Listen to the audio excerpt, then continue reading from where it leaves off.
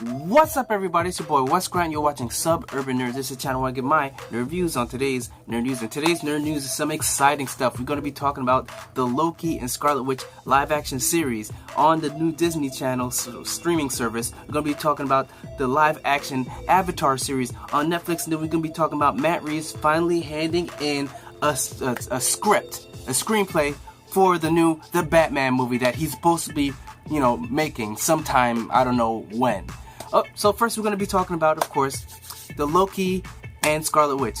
Variety had an article basically saying that a Loki and Scarlet Witch series is already, it's going to happen on the new Disney streaming service. If you guys don't know what the Disney streaming service is, basically they're trying to do what Netflix has done because they see how much money Netflix is making and they're trying to do it on their own. So they're going to keep the whole Marvel, Netflix things on it for a while. I don't know how that contract or agreement works, where they can, I guess, keep making for the Daredevil and for the Luke Cage and for this, the Jessica Jones.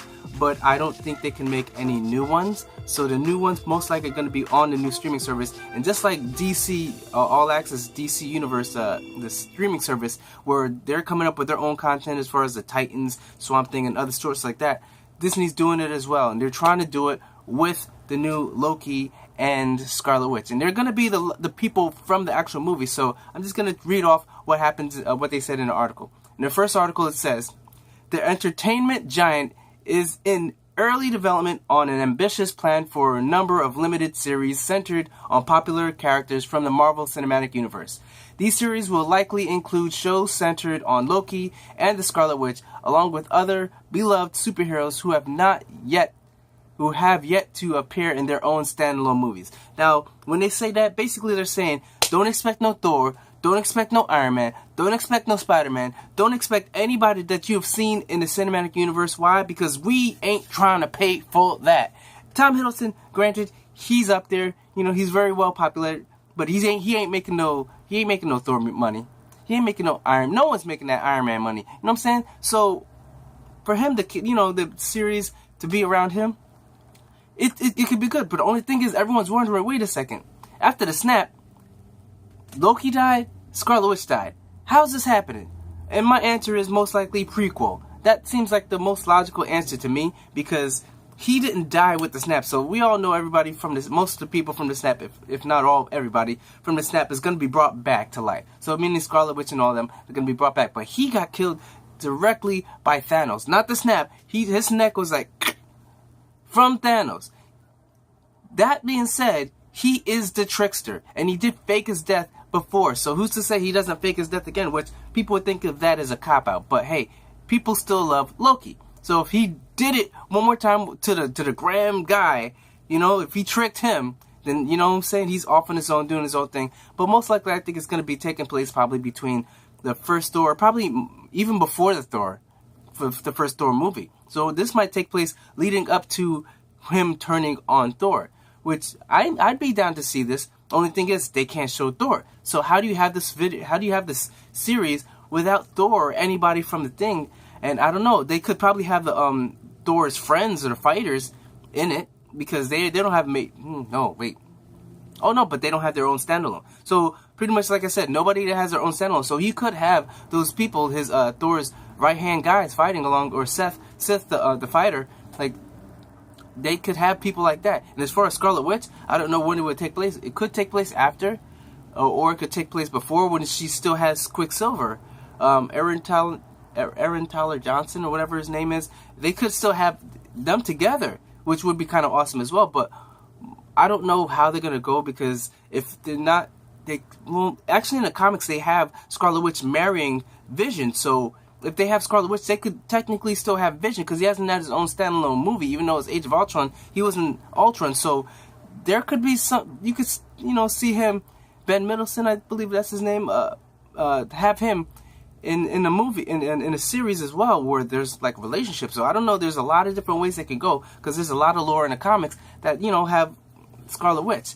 And as far as Tom Hiddleston, as far as Loki, I don't know what they can do with them. But I'm definitely down to see what they're going to try.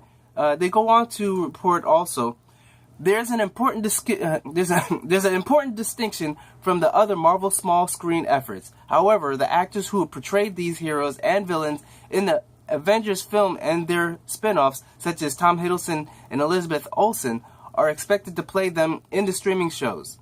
Moreover, though sources close to the production are staying mum on the cost of the program, the budgets are expected to be hefty, rivaling those of major studio productions. That's a lot of money. Each series is expected to include 6 to 8 episodes. Marvel Studios will produce the show, and Kevin Feige, the guru of all things MCU, is expected to take a hands-on role in their development. So, Perlmutter is usually the one that deals with TV Marvel shows. Like, say, you've got the Agents of S.H.I.E.L.D., pretty much anything that's dealing with Marvel on the TV side. I think even the Netflix, he's head of it. Perlmutter. But that's like, he used to be in charge. He used to be over Kevin Feige, but then they had clashed their heads. And then finally, that kind of end, they put Perlmutter in charge of things because he's known like notoriously for being cheap. But he stays within budget. But they put him over in Netflix or whatever, in the TV series. But Kevin Feige being in charge of this now, like Kevin Feige's a genius and he has a vision whenever he starts something. So if he's behind this thing, I'm definitely even more enthralled with the idea of a series with Loki and Scarlet Witch, because, like I said, there's so many different avenues they could take. So I'm down for it when it happens, so let's see how they go. Next, we're going to be talking about live action. The live action Avatar is going to be on Netflix. So we all know that everybody's trying to have their own Game of Thrones. So I'm thinking this is going to be one of their other tries at being like the new Game of Thrones, because the animated series, it was amazing. Avatar, The Last Airbender, Book 1, Book 2, Book 3, it's so amazing. And then with the kingdoms and all the things, and the fighting spirits and the elements, I could definitely see this being something on the level of Game of Thrones. Because they're also trying to do something like that with the Netflix with Henry Cavill as The Witcher. So, if they can knock out 2, then they're winning this. They're winning this. But it's gonna be produced by Michael D. Martino and Brian Kazutsky, which it's hard. I'm butchering the last name.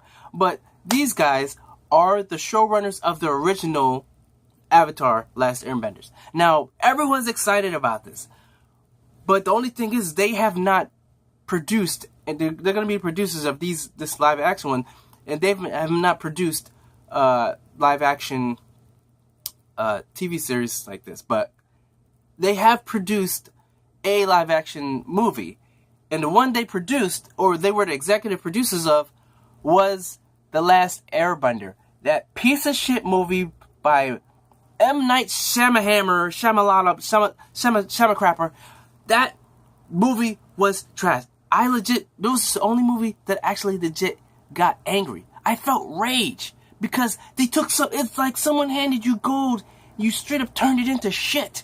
It's like you pulled off some alchemy shit there to take gold and turn it into shit, because that movie was atrocious. How you get everything wrong from their personalities, the way the world works with the nation of the ice, or the nation of the water being the poor Asians, the rich water people were white people, and then you had the strongest nation being all the people from Slumdog Millionaires, straight up, like he straight up just recruited all Slumdog Millionaires to be in this Fire Nation, which was the strongest one.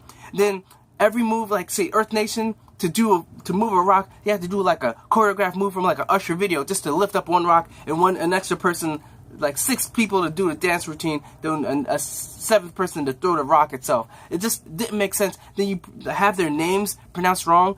Ong, who's Ongs? I don't know Ong. I know Aang, but then their personalities. Aang being like very moody and sad instead of being uplifting and very bright. Ahsoka being like a strong female, and they would say pronounce it Ahsoko or something like that. And the brother that's supposed to be a jokester, making him a serious person. Like, they had no idea what, like, it's like he didn't want to go the route of what the series was that everyone fell in love with. He was like, I want to change everything, which that's why it flopped. It literally flopped because I think it cost like $130 million. But these people are going to be in charge of this. Now, I'm not saying it's going to be crap, but they do have a tarnish on their record, because even though they were the showrunners for the amazing animated TV series, they had a hand as being executive producers of the live action M. Night movie, which, being executive producers, they were hand in hand with them. So if they agreed to let this shit happen, I don't know what to say. But if they can work with some people like the producers or something like that of Badlands, Into the Badlands, if Into the Badlands is like the martial art dream. So if they can get that down, if they can get down to martial arts and all the things that are good about like the Avatar, The Last Airbender, I'm definitely down. So I'm definitely, when it comes out, I'm gonna check it out. I'm not not boycotting it. I'm gonna check it out because I got hope. I got hope that Netflix, because they tend to be smart when it comes to their series, and they can see what they do with the Daredevil and the martial art things. So I want this to be, I want this to work. I want this to be real, and I want this to work. So fingers crossed that they do a good job. So that being said, we're going to be going on to the next topic. Matt Reeves has finally turned in a script, or first draft of a script for the Batman movie. Now, this is something because a lot of controversy. Ben Affleck, originally was brought in to be Batman. Then he was supposed to actually be directing his own Batman movie, and it was initially going to be called The Batman, and then he was going to have Deathstroke in it, and everything was all perfect. And then all of a sudden, DC just up and rooted him out of there, and then put a different director, and then they took his script and kind of redid it, or had Matt Reeves redo it, and it had a bunch of people redo it, and just I don't know, but I'm hoping it's going to be good. No one knows what Batman's going to be in, because they're saying that he wants it to be a younger Batman. So if that's the route they're going, then definitely no Ben Affleck. But is this still the DCFU, or I don't know, because they're changing everything. He handed in a script. Hopefully the script is good and the movie turns out good, if it actually comes out at all, because they've promised so many things, so many movies, that I don't know. And it's going to be joined by they're focusing around this whole Batman universe, because you've got the Batman, you've got the it's not Gotham City Sirens, I already scrapped that, but you got the Batman and Chris McKay's Nightwing and Batgirl, and then you've got the Joker movie from Todd Phillips, which isn't produced anymore by Michael, I forget the famous producer, but that, and then Birds of Prey, which I think they're trying to have Harley Quinn in that as well, which they're trying to make Harley Quinn like anti-hero, which she is in the comics, really is in the comics. So they could work, but I don't know. I don't have much faith in DC when it comes to them naming titles and stuff they're gonna work on, because they've had a list of things, and probably out of 12, 1 or 2, literally legit, out of 16 laid out movies that were supposed to come out, you had Suicide Squad, Batman vs Superman, and Wonder Woman. Literally, that's all that came out of 16. So if that comes out, maybe this would be great. But other than that, this is so-so to me. As far as the news, it's really so-so. It's his first script, first draft, and he's going to be doing over, and sometimes they have other people look over the draft, and that's the way it works when it comes to the movie. So we'll see how that goes out. Next, the last thing we're going to be talking about, the DC streaming services. Came out the 15th. If you guys don't know what the DC All Access streaming service is basically they have in one app or service, you can look at all the comic books, you can look at all the movies, you can look at all the TV series, you can look at all the animated series, from the Batman animated series, Superman animated series, to Young Justice League, everything DC, you can check it out. So you can be reading, or you can watch a show, and then something you want to find out more, bam, you can stop it, go into the thing, check the exact series or issue with that superhero, check it out, find out a little bit more about it, then go back to the movie, so you can be a little bit more educated on what's going on in the movie. So that seems awesome. I haven't signed up to it. I don't know if I'm going to sign up to it, but I'm telling you, it's something you might want to check out. Something you really might want to check out. So I'm just giving you guys heads up that it's out already. Comes to 15. Hearing a lot of good feedback on it. So we'll see how that works. And then last I'm going to be talking about is, if you guys watch anime, you see on my channel, I do like anime. You see all these Dragon Ball Super, or Dragon Ball, actually old school movie ones. And then my Ultra Instinct, or all the people from the Tournament of Power that had actual power.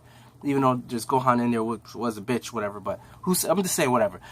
They are going to be having the English dubbed Broly movie coming out in January. It's going to be coming out January in the US, January 16th, I believe. And December 14th is going to be coming out in Japan. But before that, it's going to be coming out one day early, which actually in Japan time it's coming out the same day, but it's going to be coming out in LA at the Chinese theater at the World event. I'm never going to get to go get access to that, but it's going to be coming out the 13th there, which is going to be the same day as China, because China's ahead in time. And Japan, my bad. So it's going to be coming out in Japan, and that's going to be awesome. It's also going to be coming out in Australia and Latin America a little bit later. I think it's going to be coming out the 16th or something like that, around the same time as the rest of America. And I'm definitely stoked for it. English dub, I want to see it. Actually, I've got figures. I've already bought figures that are coming in. I don't know when they're coming in. I think it just did maybe come in, but it got sent to another place. So when that gets in, you guys know I'm going to be doing an unboxing of that. And I've just got a lot of things going on with this Dragon Ball Super, and I just wanted to let you guys know, because in case you were wondering when that movie's coming out in English, those are the dates. January 16th in America, January 13th, December 14th in Japan, and December 13th in LA for that one day for the showing. So, and then the rest of the world, Latin America, Australia, is going to be getting it in the same day that we get it in English dub, but they're getting the English dub and the Japanese all in one time. So we'll see how that works out. But that's pretty much it for the nerd news. Remember, I'm like, just comment down below if on any topics that I like, because I love talking back with everybody that comments. Because as soon as they comment, I hit you guys right back up. Remember to put on notification, like the video. Remember to subscribe. Check out my last daily nerd news. Check out the playlist of daily nerd news. And remember, I'm with Scrat. You've been watching Suburban Nerd, and you've just been nerdified. Catch you guys on next daily nerd news.